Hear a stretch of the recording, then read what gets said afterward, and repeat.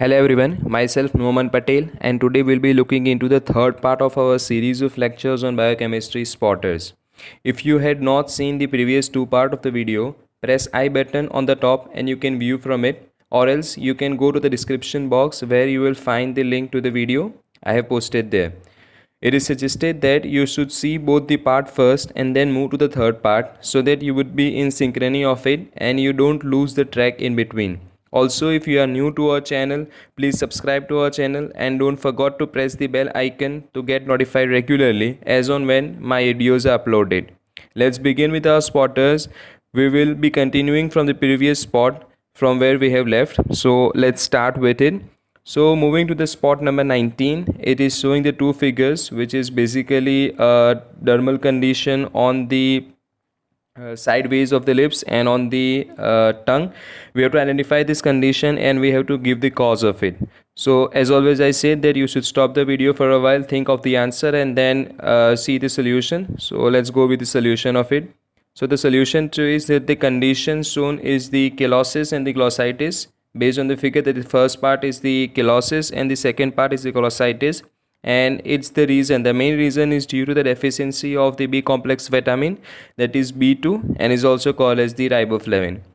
Moving on to the next spot, that is the 20th spot. It is showing the two test tube. The first part of the test tube is the control and the second part of the test tube is the result that we have got, that is the positive test. Alright, so we have to identify the test. We have to name the abnormal urinary constituent that is present of this positive test, and what is the principle of this test that we have identified. So let's move to the solution of it. So the test is the Hayes sulfur test, and the abnormal urinary constituent that is present is the bile salts in the urine. And what is the principle of the Hayes sulfur test? It is based on the principle that the bile salts lower the surface tension of the water and sinks to the bottom of it. So in the figure you can see that bile salts are there at the very bottom in the positive test tube. Moving on to the next spot of it, we can see the two clinical condition. One is on the neck and the other photos shows the sideways of the neck. So we have to identify the condition, what is this condition and what deficiency causes this condition. Let's go to the answer. So this condition is the Cassell's necklace. So the main reason for is the another vitamin B complex vitamin, that is the B3, which is niacin, and this causes pellagra.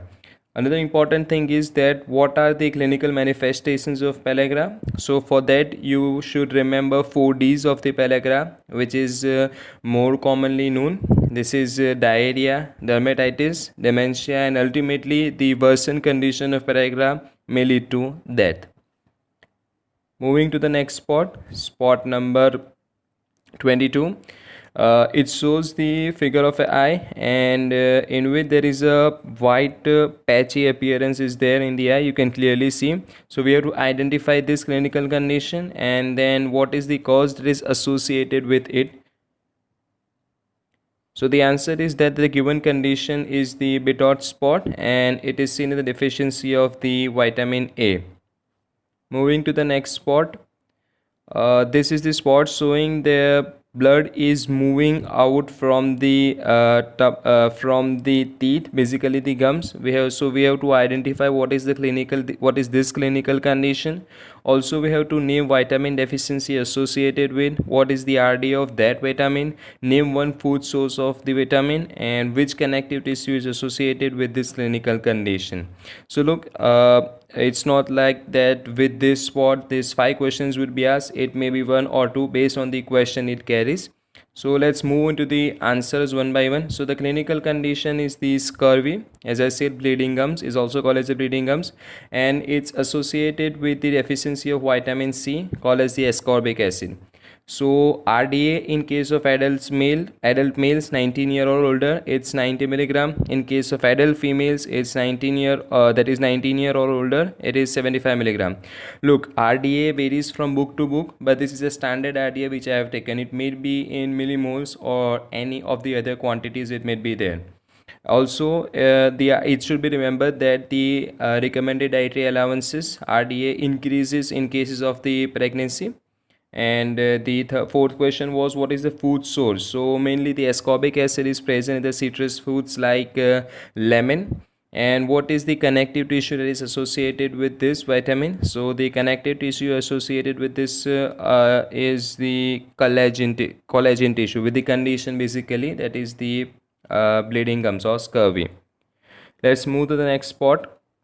So our next spot is the classical image presentation of a clinical condition in which there is a tophi or a cold spot that is present at the toe. So we have to answer, so the question is, name the possible disorder of the above patient, name one biochemical test which would be helpful to diagnose the chemical condition, and name the possible drug of choice that is used to treat this chemical condition. Alright, so moving to the answer.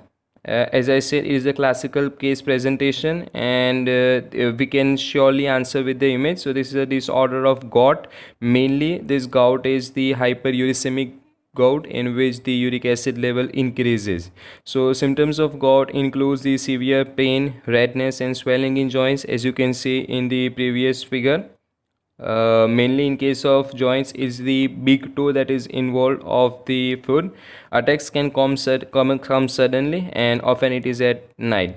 So what are the two tests by which we can diagnose this condition? These two tests are uric acid test and creatinine test, which is mainly both the serum uric acid and the serum creatinine test. And what are the possible drug of choice? The possible drug of choice are allopurinol and probenecid. Allopurinol is the xanthine oxidase inhibitor, which is the important enzyme in the production of the uric acid, and probenecid is a uricose drug. It will ultimately excrete the uric acid via urine or feces or any XYZ condition from the body. So that will ultimately lead to the decrease in the uric acid concentration and will relieve our symptoms. Let's move to the next spot. So the next spot is basically a case study. See, this kind of question, this sort of question will surely be there. It's not like entire spotters will be of it, but it might be a one question of case study will also be there. So the history of the patient is as follows, that there is a 48-year-old man presented with a short history of severe low back ache, loss of weight and diminished appetite. X-ray of the skull showed punched out lesions. Serum electrophoresis revealed an abnormal band between beta globulin and gamma globulin region.